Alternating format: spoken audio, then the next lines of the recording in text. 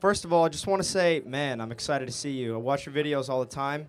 I disagree heavily, and I originally wanted to come up here and maybe troll, but I actually have a genuine question for you. And my question to that is, why is it that you are in strong support of religious values being instilled as American values and protected by the Constitution when our founding fathers kind of tried to stray away from a instillment of a specific religion on the entire country? Well, I would reject the premise, but let's just kind of let's ask you, by what standard do you think we should live by? Standard in the country, Just as humanity, what should we say is good or evil, and where should we get that from? I think that we should have a set amount of values that come from what we as a society kind of create, and that can be contributed by a mix of different religions and perspectives and opinions, which is why I disagree with the instillment of a specific religion on the entire country. So I'll tell you what I believe. I believe specifically the Ten Commandments is a great place to start.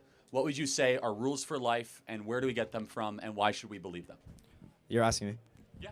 Yeah, I mean, so again, like I said, I think that a lot of things we can point to the Bible, we can point to the Ten Commandments, we can point to a lot of these teachings, and we can say, okay, here's a good set of values that we have that are outlined in the Ten Commandments, in the Bible, and stuff like that. But we can also, what that raises the issues of is what that does for the rest of the country. Because if you flip that logic and you applied it to, let's say, values of Islam, values of Hinduism, values of Buddhism. We weren't founded on those values, though. Correct. Right? We were not founded on those values, but also I think that just because we were founded on beneficial values of a specific religion does not mean that we as a country should look to solidify the entire country in religion. And what we're seeing a lot in government is more religious involvement. We're seeing a lot of money. Which we should. We should have a ton more religious involvement. And the reason primarily being is if America goes secular, it will lose its mind. Would you agree then? And we're seeing that. Would you agree with if the president elected was Muslim or had a different religion than you? Would you also? Well, let's take Vivek. I mean, Vivek has a worldview that I share. Vivek is a Hindu. But how would you feel with those values as a whole being? I mean, Vivek is a Hindu, but Vivek would come up here and say the Ten Commandments is one of the greatest moral breakthroughs ever. The point being, and this is what I'm getting at, is that Christianity is the greatest ethic that humanity has ever had to live under. Hold on a second. Sorry. Christianity, as we know it, is the greatest moral ethic, and these are things you agree with. You know, love the stranger. You know, help others. Have justice. Love thy neighbor. Yeah, love thy neighbor as yourself, like Leviticus 19, right? These are beautiful teachings. In fact, they're so beautiful that you think that they're common, when in reality the rest of the world doesn't always have them. Even freedom of speech and natural rights and charity to the lesser, these are all Christian values. So what I'm getting at, though, is if we remove Christian values, which you may or may not be suggesting, what do we replace them with? I guess my question is more centered around using taxpayer dollars. Well, I guess I can lead with a question. How do you feel about taxpayer dollars using to fund things like Bible teachings in public schools? Yeah, I totally support that. The Bible is a historical document. And so my question again is, how would you feel about taxpayer dollars going towards teachings of the Quran? Well, they actually do that already. And are you in support of it? Hold on a second. Pause. We do have a religious texts of a lot of public schools. Yes, we should look at all religious texts of great faiths and learn and examine them. You know, okay, what does the Quran say? What does the Bible say? If it's in a public school. But I think you know what I'm getting, pointing at. Sort of, but it's important to understand, though, that only one of those texts was believed and continued this country moving forward, which, of course, is the Holy Bible. And the teachings of the Bible were at 55 out of 56 of the signers of the Constitution were Bible-believing, church-attending Christians. God is mentioned 4 times in the Declaration of Independence, right? We were an explicitly Christian country. In fact, John Adams said that the Constitution was written wholly for a moral and religious people. It's wholly inadequate for the people of any other. I might not convince you on this. What I might convince you on, though, is that if you say Christianity should not be involved in our government, fine. You got to replace it with something. And if you say it's neutral, there's no such thing as a neutral public square. It doesn't exist. Yeah, I'm not necessarily saying that, and I'll be quick because I know there's other people I want to talk to. But what I'm saying is, I would say that I disagree strictly with a certain teaching, a certain religion being the basis of what we take all beneficial teaching that we apply to the United States. Fine, but then who chooses the moral code? I think that the people as a whole who can represent different religions, how do we who do can that? represent different beliefs and opinions. It shouldn't have to come from a specific religion, because what does that one religion teach that the other opposing viewpoints or atheism can't teach? Hold on a second. No, that's an interesting question. What does Christianity teach that others do not? A lot. A lot. For example, in Christianity explicitly, there are beliefs that are not found in Buddhism or Hinduism And again, just look at the fruit. The West is a Christian project. So why would we cut the fruit from its vine? Why would we cut the flower from its roots? Yeah, and my question is because I think that there's a lot of disagreeing points of view that conflict that, right? Abortion rights. I know that it is a largely Christian value to not be in support of a woman's right to choose whether or not she has an abortion, to right? protect and I know innocent that life, you for are sure. also anti-democracy, and Well, I'm pro-elections, but yeah. yes, and you're opposed to a just the majority ruling over the rest of people, right? And so why is it that you are in support of people that make up the slight majority having power to instill legislation and rules and laws that their religion teaches on the rest of the society? Again, is what I'm saying. First of all, you can't have a free society without having some sort of a belief in God. So then why should we use Christian teachings to apply that to the rest of society when they disagree with them? First of all, it's the best. Show me a better alternative. No, seriously, I mean, you can laugh at it. Show me a society that has gone away from Christianity and has improved itself. What I'm saying. No, it's important. Okay. I believe that America should remain Christian. Show me a formerly Christian country in Europe that has gone away from Christianity and has become a better, stronger, more better. What I would point you to is probably towards a country that does not apply those values to things like abortion rights. So I'll probably point you to I'll probably point to Norway. I'd probably point you to a lot of the places like that because they're not having people die from lack of access to abortion. And this is where we just have disagreement. I think Europe is a disaster right now. Okay. I think Europe is a husk of its former self. What I'm arguing is that I'm saying in the specific areas of that there's not people literally like dying because they're forced to give birth to a human that they don't want to carry and they don't have proper access to abortion, and those are Christian teachings that are not. Yeah, in this country we have babies literally dying in the womb every single day. Yeah. I mean, 3,000 abortions a day. I mean, I think that's a big deal, but I also at the same time, there are those same Christian teachings. I would just ask again. You don't have to answer it. This is an interesting question for you, and I want you to think about this for the next week or two. Okay. The most important book in my life, of which all truth stems from, is the Bible. Correct. What is your most important book? The Right-Wing Revolution by Charlie Kirk. Without the troll, though, but it's important because at some point you have to appeal to something. You have to have a rule book. Every species, all human beings need a rule book for life. We tell you what our rule book is. I know it's like putting you on the spot, but think about it. Yeah. And if you don't have a rule book, you're lying to yourself. Everybody has a rule book you live by. You just got to tell us what it is. Fair enough. All right, Thank cool. you. Thank you, man. Think about that, okay? Hey, Charlie, thank you for being here. My question to you, and I just want to confirm your position on something. You are anti-death penalty, is that correct? Pro. You're pro-death penalty. I've done this once already, but yes, correct. Okay. I used to be anti, but yes, fine. I just want to ask about consistency. Consistency. One thing that irritates me about liberals is they'll say things like, yeah, we're pro-choice. But then when it comes to vaccinations and my body, my choice, suddenly they're not so pro-choice anymore. I feel like conservatives do the same thing, but on the pro-life side. So can you come on, man, you seem so much smarter than that. What do you think my answer is? I don't, because they did something bad. Well, yeah.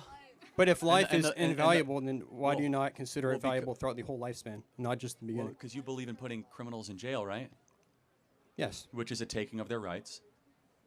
Not their life. Well, again, but their whole life is completely changed. So I guess it's also an insult to the victim, isn't it? Saying that your life doesn't matter so much that your murderer can keep on living, but you yourself aren't living. It actually devalues the value of the victim, or the victims, actually, in a lot of times. And you have this is Make America Holy Again. Yes. God repeated in all 5 books of the Torah, you take a life, your life will be taken. To the consistency argument, if there is a baby here, in the womb, that baby has done nothing wrong. Whereas a guy who went and shot up a school did a lot wrong. And so the only answer is to say we value human life so much that you don't get to keep on living if you take a precious human life. It's actually an explicitly pro-life position because it's honoring the dead and honoring the victim so much that it's not just one to be discarded. It's not just a clump of cells. You see, to be against the death penalty is actually consistent for the left because they're like, it's just a bunch of clump of cells that got shot up at a school. It doesn't really matter. Go put him in a jail. Where we say, no, that's a life you took, and you don't get to keep on having breath if you go take another precious human life. Does that make sense? It makes sense. And how do you defend, there's a flat-out commandment. It doesn't get much clearer. Thou shalt not kill. We did this earlier. I can't hear anything on the other side. That's all right. I'm sorry. Okay, it says, thou shalt not kill, thou shalt not murder, not thou shalt not kill. So killing and murder are 2 different words in Hebrew. It says, thou shalt not murder, not kill. Again, I could repeat this repeatedly, just over on ad nauseum. God has a law in the scriptures. If you are to take a life, your life shall be taken from you. Why is that? God went and explained in the Torah, it's because human life is so precious, you shall not be able to continue. The only punishment is that your life should also be taken from you. Okay, thank you. Thank you I'm very not trying much. to debate. I just want to hear your No explanation. worries. It's fine. Yeah, thank you. Yep. What's up, Charlie? Welcome to Florida State. My question has to do with culture. I was wondering, closer to the mic? Okay. I was wondering, why doesn't the right have, like, the left has dominated culture for so long. They had, the feminist movement. We can blame that for destroying the nuclear home. We can blame that for destroying marriages in a lot of ways. But how do we kind of work backwards from that, kind of get back to, like, the core American values, lower the divorce rate, lower single motherhood, things like that?